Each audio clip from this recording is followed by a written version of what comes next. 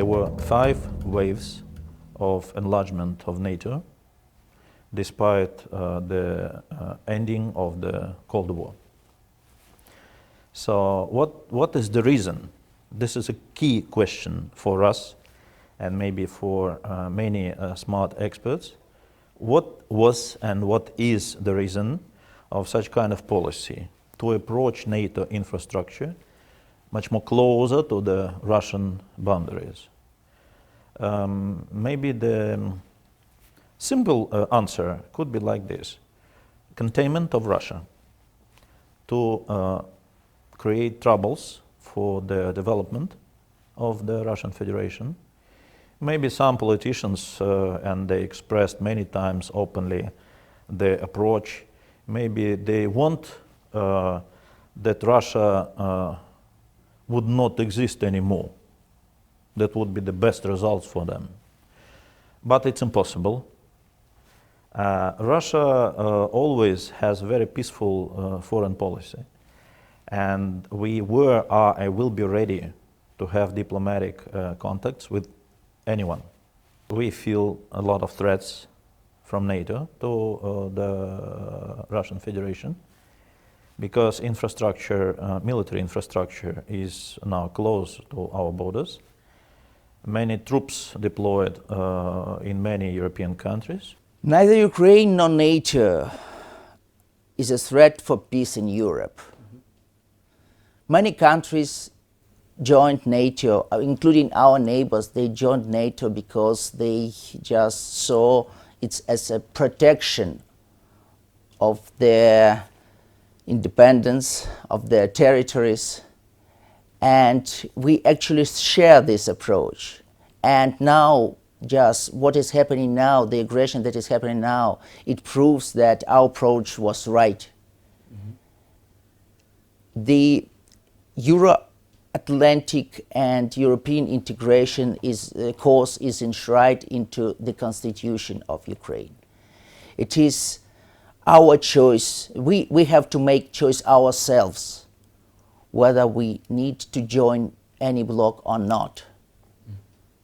And no one has the right to dictate us. This is a global crisis. The war is in Europe. And let me tell you something. I want to clearly state that the use by Russia of the term peacekeeping is a perversion. So we have to focus on what's happening now. And Russia has been trying to use all arguments, including this so-called adhesion of Ukraine to NATO, to explain the invasion. Many young Germans have never experienced a war. We thought we would have peace in Europe, and it shatters a lot of the things that we believed in for a long time. So it's a huge Caesar. It's a huge change for Germany. Ukraine is not a member of a military alliance, so it was clear for the Russians that there would not be NATO troops in Ukraine. The whole thing was said like, oh, NATO is going to go there, we feel threatened. So we might as well go there military on our own. But Germany has been consistently supporting Ukraine. The EU has been consistently supporting Ukraine. And we will take a lot of steps to make sure that there's solidarity, from symbolic steps, which are important, to very concrete measures. On the first day, Germany decided to cancel Nord Stream 2. We decided now to also put in place a lot of economic sanctions. And Germany has tried for years and years and years to be part of a Russia story, to be part of a Russian success story. Russia is a very important partner for us economically, culturally, and from other points of view, an energy partner. So we are paying a lot of money, but this is nothing in comparison to the Ukrainians. They're paying with their lives. Ukrainians, the Europeans. Ukrainians, they are Europeans, which means that Europe had been invaded. Europe had been attacked. So this what Putin has done already. He attacked Europe. And definitely, I believe that this current situation shows us very clearly that in the future, Ukraine should have been extremely seriously considered as a potential European Union member, because definitely they deserve it.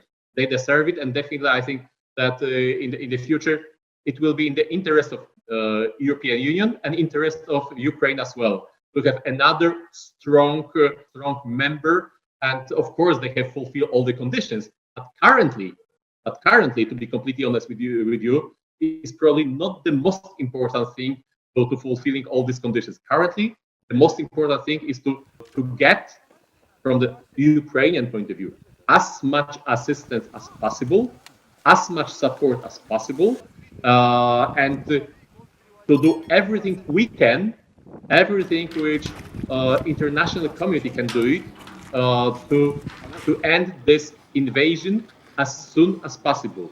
But right now, a far weightier package of sanctions is being discussed as we speak right now in Brussels. And these sanctions represent the unity of the European Union. 27 European countries are deciding on the details of a package which yesterday their leaders agreed in principle. 27 European sovereign states acting in unity.